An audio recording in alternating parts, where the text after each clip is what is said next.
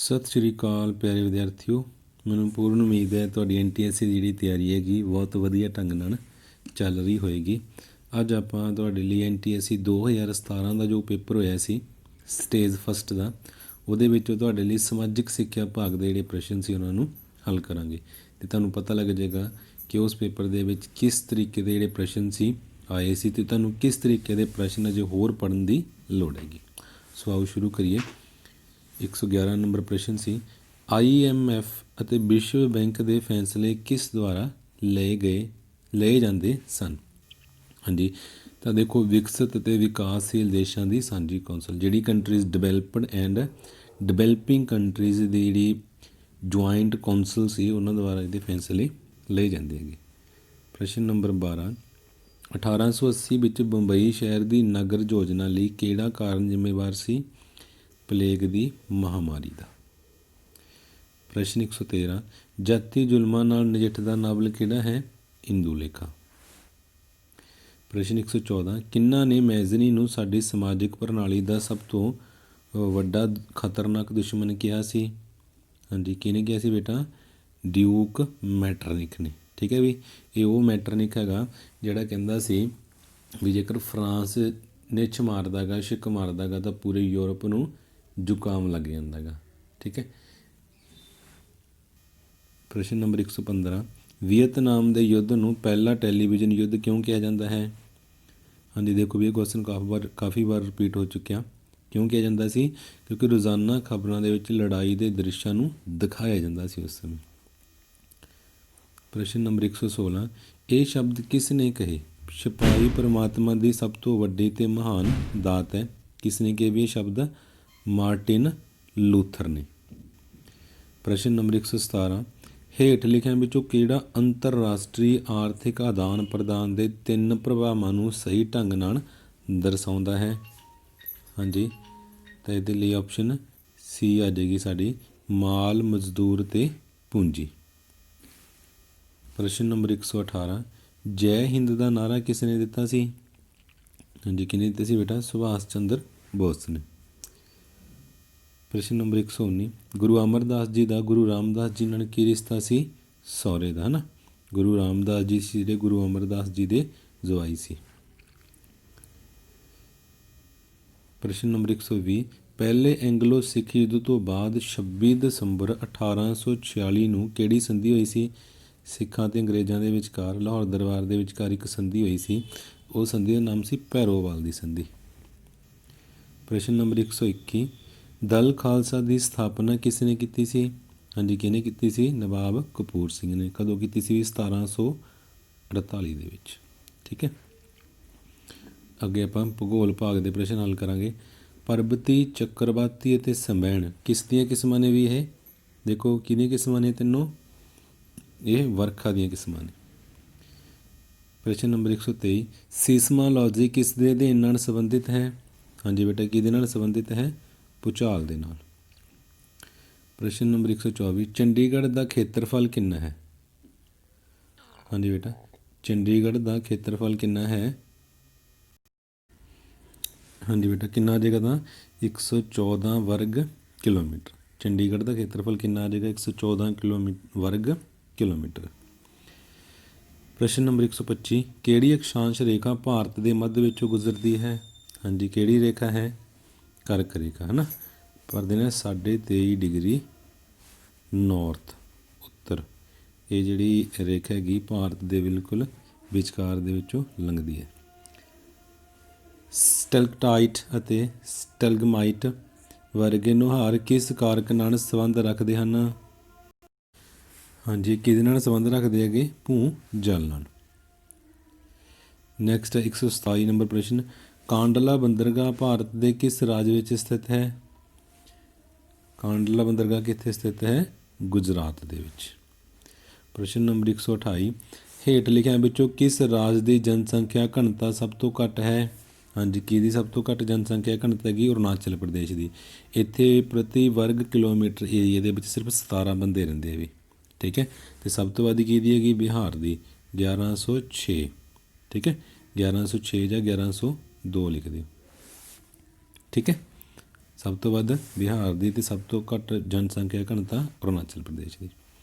ਪ੍ਰਸ਼ਨ ਨੰਬਰ 129, ਭਾਰਤ ਦੇ ਕਿਹੜੇ ਰਾਜ ਵਿੱਚ ਸਭ ਤੋਂ ਵੱਧ ਜੰਗਲ ਪਾਏ ਜਾਂਦੇ ਹਨ? ਹਾਂਜੀ, ਕਿਹੜੇ ਰਾਜ 'ਚ ਪਾਏ ਜਾਂਦੇ? ਆਪਾਂ ਪਹਿਲਾਂ ਵੀ ਕੀਤਾ ਗਾ, ਤ੍ਰਿਪੁਰਾ ਦੇ ਵਿੱਚ। ਜੇਕਰ ਤੁਹਾਨੂੰ ਕੇਂਦਰ ਸ਼ਾਸਤ ਪ੍ਰਦੇਸ਼ ਪੁੱਛੇ ਜਾਵੇ ਫਿਰ ਅਸੀਂ ਲਿਖਾਂਗੇ ਅੰਡੇਮਾਨ ਅਤੇ ਨਿਕੋਬਾਰ ਦੀਪ ਸਮੂਹ। ਪ੍ਰਸ਼ਨ ਨੰਬਰ 130, ਮਾਨਸੂਨ ਸ਼ਬਦ ਕਿਸ ਭਾਸ਼ਾ ਤੋਂ ਲਿਆ ਗਿਆ ਹੈਗਾ? ਹਾਂਜੀ, ਕਿਸ ਭਾਸ਼ਾ ਤੋਂ ਲਿਆ ਗਿਆ ਹੈਗਾ? ਅਰਬੀ ਭਾਸ਼ਾ ਦਾ ਸ਼ਬਦ ਹੈਗਾ। ਪ੍ਰਸ਼ਨ ਨੰਬਰ 131, ਸਾਡੇ ਦੇਸ਼ ਦੇ ਕੋਲਾਰ ਅਤੇ ਰਾਮਗਰੀ ਖੇਤਰ ਕਿਹੜਾ ਖਣਿਜ ਪਦਾਰਥ ਕੱਢਣ ਲਈ ਪ੍ਰਸਿੱਧ ਹਨ? ਹਾਂਜੀ, ਇਹਨਾਂ ਖਾਣਾਂ ਦੇ ਵਿੱਚੋਂ ਕੀ ਕੱਢਿਆ ਜਾਂਦਾ ਵੀ? ਸੋਨਾ। ਠੀਕ ਹੈ, ਕਿੱਥੇ ਨੇ ਇਹ? ਕਰਨਾਟਕਾ ਦੇ ਵਿੱਚ। ਪ੍ਰਸ਼ਨ ਨੰਬਰ 132, ਨਾਥੂਲਾ ਪਾਸ ਯਾਨੀ ਕਿ ਨਾਥੂਲਾ ਜਿਹੜਾ ਦਰਾ ਹੈਗਾ ਭਾਰਤ ਦੇ ਕਿਹੜੇ ਰਾਜ ਨੂੰ? ਨਾਥੂਲਾ ਜਿਹੜਾ ਇੱਕ ਕਰਦੇ ਨਾ ਦਰੇ ਹੈਗੇ, ਕੁਦਰਤੀ ਦਰੇ ਹੈਗੇ, ਭਾਰਤ ਦੇ ਕਿਹੜੇ ਰਾਜ ਨੂੰ ਚੀਨ ਤਿੱਬਤ ਖੇਤਰ ਨਾਲ ਜੋੜਦਾ ਹੈਗਾ? ਹਾਂਜੀ, ਕਿੱਥੇ ਹੈ ਨਾਥੂਲਾ ਦਰਾ? ਪਹਿਲਾਂ ਤਾਂ ਇਹ ਤੁਹਾਨੂੰ ਪਤਾ ਹੋਣਾ ਚਾਹੀਦਾ ਹੈਗਾ। ਕਿੱਥੇ ਹੈ ਵੀ? ਸਿੱਕਮ ਦੇ ਵਿੱਚ ਹੈਗਾ। ਨਾਥੂਲਾ ਅਤੇ ਜਲੇਪਲਾ ਇਹ ਦੋਨੇ ਇਕੱਠੇ ਹੈਗੇ, ਦੋਨੇ ਸਿੱਕਮ ਦੇ ਵਿੱਚ ਹੈਗੇ ਅਤੇ ਚੀਨ ਤਿੱਬਤ ਦੇ ਨਾਲ ਜੋੜਦੇ ਹੈਗੇ। ਪ੍ਰਸ਼ਨ ਅੱਗੇ ਆਪਾਂ ਨਾਗਰਿਕ ਸ਼ਾਸਤਰ ਦੇ ਪ੍ਰਸ਼ਨ ਹੱਲ ਕਰਾਂਗੇ। ਪ੍ਰਸ਼ਨ ਨੰਬਰ 133, ਭਾਰਤੀ ਸੰਵਿਧਾਨ ਦੀ ਮਸੌਦਾ ਕਮੇਟੀ ਦੇ ਪ੍ਰਧਾਨ ਕੌਣ ਸਨ? ਹਾਂਜੀ, ਕਾਫੀ ਵਾਰੀ ਰਿਪੀਟ ਹੋ ਗਿਆ, ਡਾਕਟਰ BR ਅੰਬੇਦਕਰ। ਮਸੌਦਾ ਕਮੇਟੀ ਨੂੰ ਖਰੜਾ ਕਮੇਟੀ ਵੀ ਕਹਿੰਦੇ ਵੀ। ਪ੍ਰਸ਼ਨ ਨੰਬਰ 134, ਹੇਠ ਲਿਖਿਆਂ ਵਿੱਚੋਂ ਕਿਹੜੀ ਇੱਕ ਲੋਕਤੰਤਰ ਲਈ ਚੁਣੌਤੀ ਹੈ? ਹਾਂਜੀ, ਲੋਕਤੰਤਰ ਲਈ ਇੱਕ ਚੁਣੌਤੀ ਕੀ ਨੇਗੇ? ਅਨਪੜ੍ਹ ਵੋਟਰ। ਪ੍ਰਸ਼ਨ ਨੰਬਰ 135, ਹੇਠ ਲਿਖਿਆਂ ਵਿੱਚੋਂ ਕਿਹੜਾ ਆਦਰਸ਼ ਨਾਗਰਿਕ ਦਾ ਗੁਣ ਨਹੀਂ ਹੈ? ਹਾਂਜੀ, ਆਦਰਸ਼ ਨਾਗਰਿਕ ਦਾ ਗੁਣ ਕੀ ਨਹੀਂ ਹੈਗਾ? ਅਨਪੜ੍ਹਤਾ। ਪ੍ਰਸ਼ਨ 136, ਔਰਤਾਂ ਲਈ ਹੇਠ ਲਿਖਿਆਂ ਵਿੱਚੋਂ ਕਿਸ ਵਿੱਚ ਸੀਟਾਂ ਰਾਖਵੀਆਂ ਰੱਖੀਆਂ ਗਈਆਂ ਹਨ? ਪੰਚਾਇਤੀ ਰਾਜ ਅਦਾਰਿਆਂ ਦੇ ਵਿੱਚ ਹੈ ਨਾ, 1/3 ਸੀਟਾਂ। 137 ਨੰਬਰ ਪ੍ਰਸ਼ਨ, ਸੰਘਾਤਮਕ ਸਰਕਾਰ ਵਿੱਚ ਕਿਹੜੀਆਂ ਸਰਕਾਰਾਂ ਹੁੰਦੀਆਂ ਹਨ? ਹਾਂਜੀ, ਸੰਘਾਤਮਕ ਸਰਕਾਰ ਦੇ ਵਿੱਚ ਦੋ ਤਰ੍ਹਾਂ ਦੀਆਂ ਸਰਕਾਰਾਂ ਹੁੰਦੀਆਂ ਨੇ ਨਾ, ਕਿਹੜੀਆਂ ਹੁੰਦੀਆਂ ਨੇ? ਕੇਂਦਰ ਅਤੇ ਰਾਜ ਸਰਕਾਰਾਂ। ਪਹਿਲੀ ਆਪਸ਼ਨ ਇਹਦੇ ਲਈ ਸੀ ਆ ਜਾਏਗੀ। ਸੰਘਾਤਮਕ ਸਰਕਾਰ ਵਿੱਚ ਕੇਂਦਰ ਅਤੇ ਰਾਜ ਸਰਕਾਰਾਂ ਕੰਮ ਕਰਦੀਆਂ ਨੇ। ਪ੍ਰਸ਼ਨ ਨੰਬਰ 138, ਭਾਰਤ ਵਿੱਚ ਕਿੰਨੀਆਂ ਰਾਜ ਸਰਕਾਰਾਂ ਕੰਮ ਕਰ ਰਹੀਆਂ ਹਨ? ਹਾਂਜੀ, ਕਿੰਨੀਆਂ ਰਾਜ ਸਰਕਾਰਾਂ ਨੇ ਹੁਣ? 28।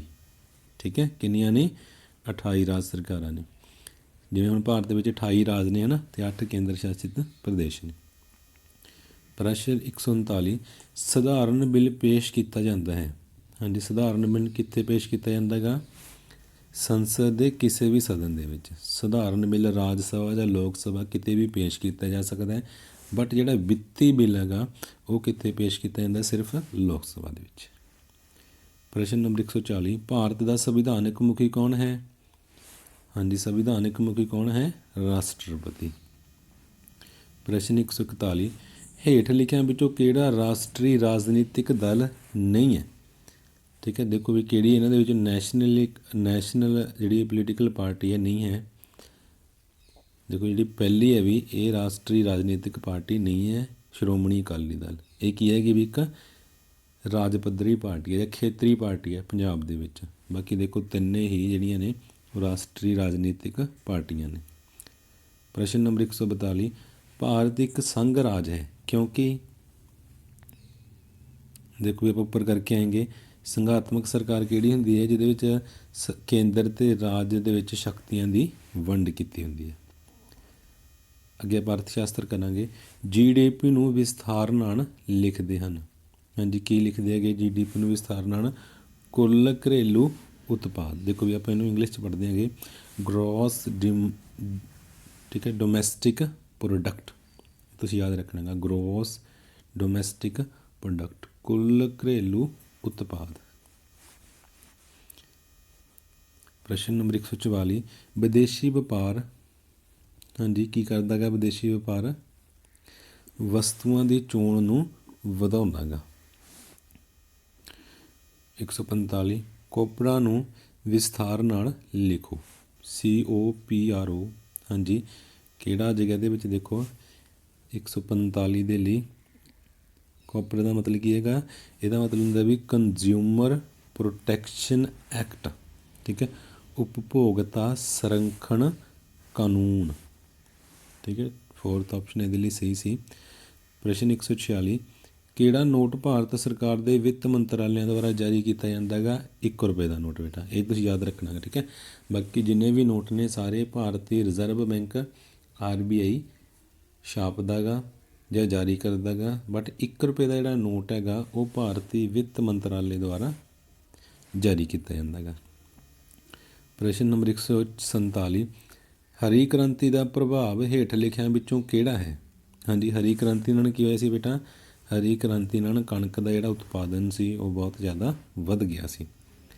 ਪ੍ਰਸ਼ਨ ਨੰਬਰ 148, ਵਿਸ਼ਵ ਵਿਆਪੀਕਰਨ ਨੂੰ ਇਸ ਦੇ ਦੁਆਰਾ ਪ੍ਰਭਾਵਿਤ ਕੀਤਾ ਗਿਆ ਸੀ।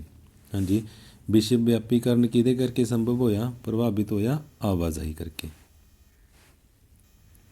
ਪ੍ਰਸ਼ਨ ਨੰਬਰ 149, ਇੱਕ ਉਪਭੋਗਤਾ, ਹਾਂਜੀ ਇੱਕ ਉਪਭੋਗਤਾ ਕੀ ਕਰਦਾ ਗਾ? ਠੀਕ ਹੈ,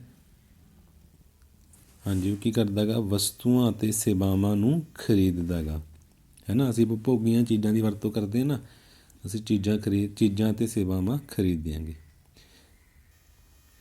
ਪ੍ਰਸ਼ਨ ਨੰਬਰ 150, 12ਵੀਂ 5 ਸਾਲਾ ਯੋਜਨਾ ਦੀ ਸਮਾਂ ਅਵਧੀ ਕੀ ਹੈ? ਹਾਂਜੀ ਬੇਟਾ ਕੀ ਹੈ?